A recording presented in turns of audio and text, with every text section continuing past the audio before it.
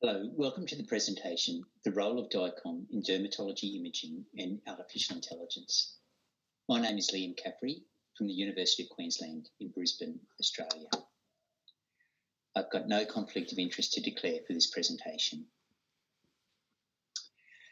DICOM, or Digital Imaging in Communication and Medicine, is the international standard for medical imaging and related metadata. DICOM is implemented in almost every radiology, cardiology and radiotherapy device, and it's increasingly used in other devices in other medical imaging domains such as dermatology and ophthalmology. With hundreds of thousands of medical imaging devices in use, DICOM is one of the most widely deployed healthcare messaging standards in the world. There are literally billions of DICOM images currently in use for clinical care. The DICOM standard was first published in 1993 and since then has gone through a continual process of updates and corrections. So what does DICOM standardise? Firstly, a metadata model. The metadata model is standardised by object type, meaning there is a different metadata model for, say, an MRI image and a photographic image. The metadata model is described in what is called an information object definition, or an IOD. An IOD consists of an amalgamation of modules where each module is a collection of patient, study, equipment and image metadata attributes. DICOM defines a format for medical imaging where the metadata is amalgamated with the pixel data in a single image file. I'll describe some of the advantages that having the metadata and the pixel data in the same file has later on in this presentation. DICOM has defined network services for the transmission of DICOM files across a medical imaging network. Most network services are used to store a file to a centralised image repository such as a PACS or to retrieve the file for viewing. Workflow services, which I'll describe in the subsequent slide. Finally, DICOM has defined standardised ways to calibrate monitors to ensure that there is accuracy and consistency of image display. In terms of workflow services, there can be a number of devices on a medical imaging network, including the imaging modality of the imaging device, an image repository such as PACS, display software in various forms, an artificial intelligence model or algorithm, and even the electronic medical record. Now, all of these can potentially speak the same language, which is DICOM. And because they speak the same language, workflows become more efficient and integrated. Because DICOM provides a common language, it is known as an interoperability standard. So why would the dermatology community be interested in using DICOM? Firstly, the lack of standards may be inhibiting the use of imaging in clinical practice, as evidenced by this statement. Secondly, there is probably suboptimal management of images in dermatology. This study reports that less than half of dermatology images are stored in a safe and secure way, and that many are stored inappropriately, such as on desktop computers or on mobile phones. Now, DICOM is made up of around 25 different working groups, and each of these working groups advance a discrete body of work. I'd like to draw your attention to two of these working groups. Firstly, Working Group 19, which is the Dermatology Working Group.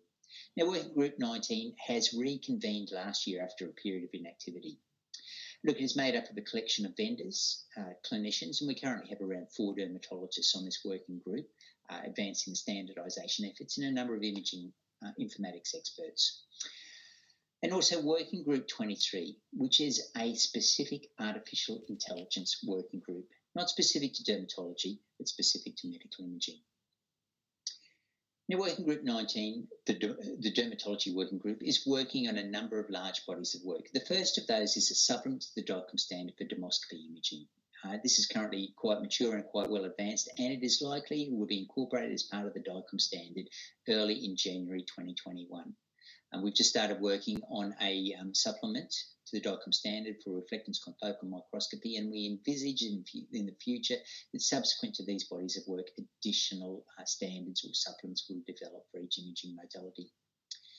We're also working on a number of smaller bodies of work which will help facilitate the use of DICOM for dermatology. The first is looking at a standardised way that PACS systems and other image repositories will handle sensitive information.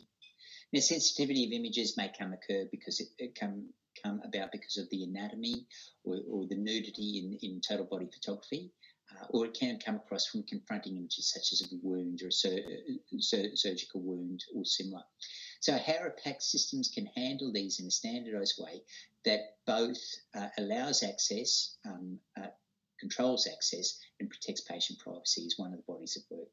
We're also working at implementing codified surface anatomy code sets so that the location of a lesion, skin lesion, can be accurately described. We're looking at standardised ways that vendors can link regional and dermoscopic images, and also a standardised way of doing lesion tracking and reporting changes in a skin lesion over time. Now, there are a number of advantages that I would like to talk about adopting DICOM as an image management system for dermatology. Now, firstly, it achieves economy of scale with other medical image producing specialties such as radiology, cardiology. And also, there's people that need to manage these image archives, and you can have economies of scale of staff that needed to manage those. And there's management efficiencies. For example, an institution can have a single backup plan, a single business continuity plan, and a single disaster recovery plan, instead of having each department have these developed individually. It also gives dermatology the opportunity to handle the management of images over to a professional group of people, the IT group, for managing these. Talked about standardised metadata.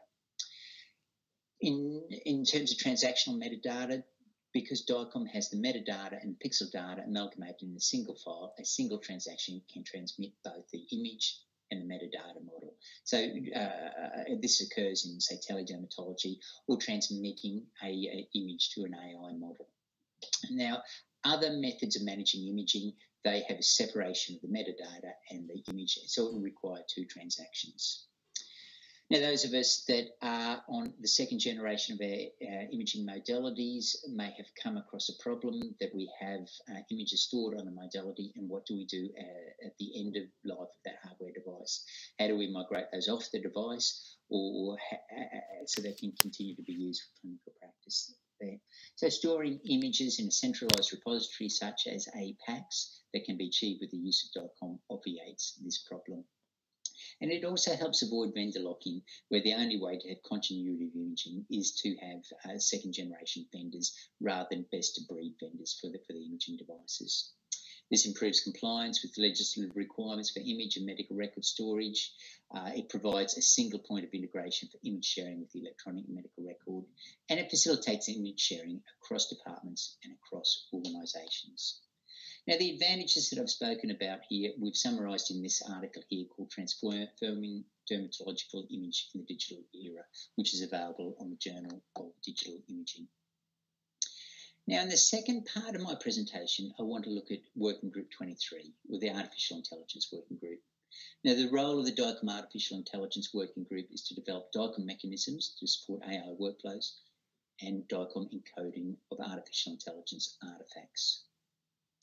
Now, pre-processing and post-processing of images for prediction analysis by machine learning creates derived image objects.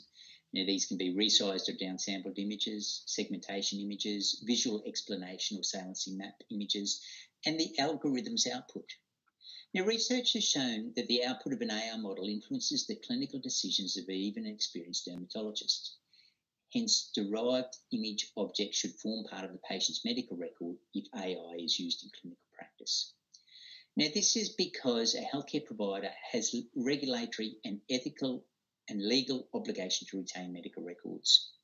Now, in addition, there are also a number of AI-specific ethical reasons, and the Joint European and North American Multi-Society Statement on the Ethics of AI in Medical Imaging recommended that the output of AI algorithms need to be stored in an auditable format to permit the investigation of errors, and to monitor AI algorithms over time to ensure that there's no degradation of performance. In practical terms, encoding the derived object as DICOM objects would allow them to be stored alongside the original image files in the healthcare organisation's PACS and visualised in conjunction with the original clinical images. Now, DICOM has established methods of storing these derived objects. Original images often need to be resized to a fixed image size before inputting into a convolutional neural network. And look, in some studies we've seen dermoscopy images resized to 224 by 224 pixels, in others 448 by 448 pixels, and yet in others 1024 by 1024. Now, choosing the fixed resolution is a trade-off between computational efficiency and predictive accuracy. Therefore, storing the resized or downsampled images can document the input into the CNN in an auditable and reproducible format. Use of DICOM secondary capture and visible light IODs can be used to achieve this. DICOM has established means of storing segmentation objects and multi-frame objects, and that is both for binary and fractional segmentation objects. Saliency maps or visual explanation maps assign each feature in an image a level of importance that the feature contributes to the AI algorithm output. Visual explanation maps can therefore be used by dermatologists to help them understand how the AI algorithm came to its output and whether or not to trust that output. For an example, an AI algorithm that predicted a high probability of melanoma, but the visual explanation map showed that the area of pigmentation in the lesion was not of high importance in determining this, may cause the clinician to be suspicious of the accuracy of the prediction.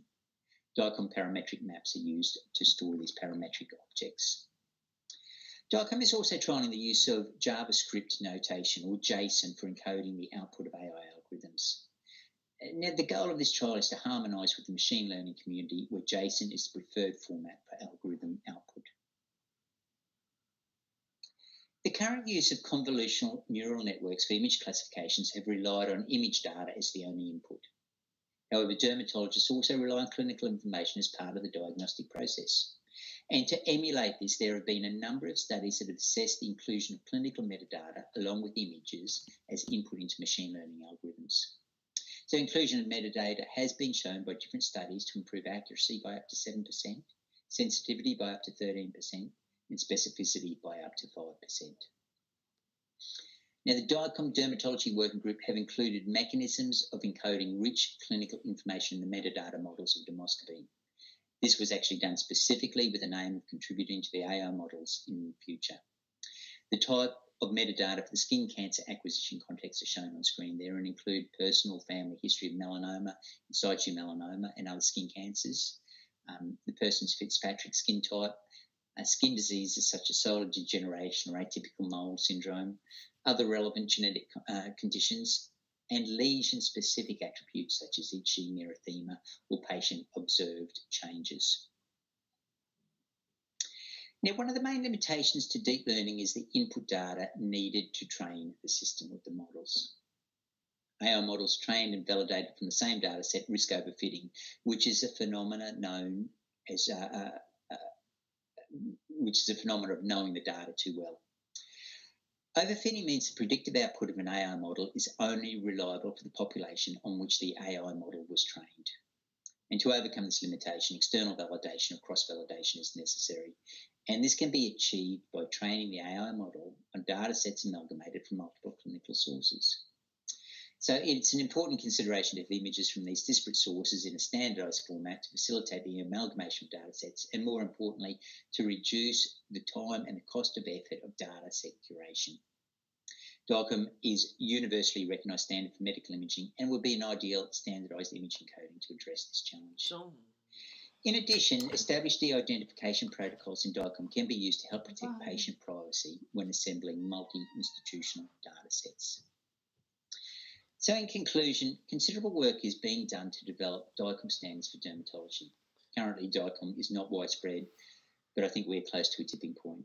The ability of DICOM to encode relevant metadata and forward interoperability with a digital health ecosystem has driven the initial interest in the adoption of DICOM for dermatology.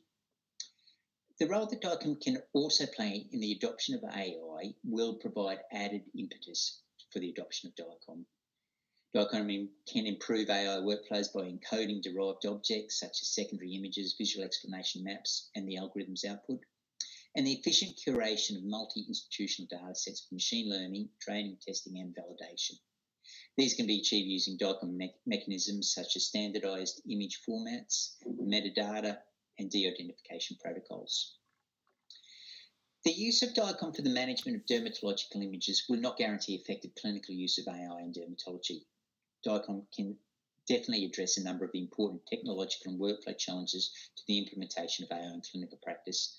However, I'm sure we're familiar that there's going to be many other technological, ethical, regulatory, medico-legal, and workforce barriers that will need to also be addressed before AI can be effectively used in dermatology. Thank you.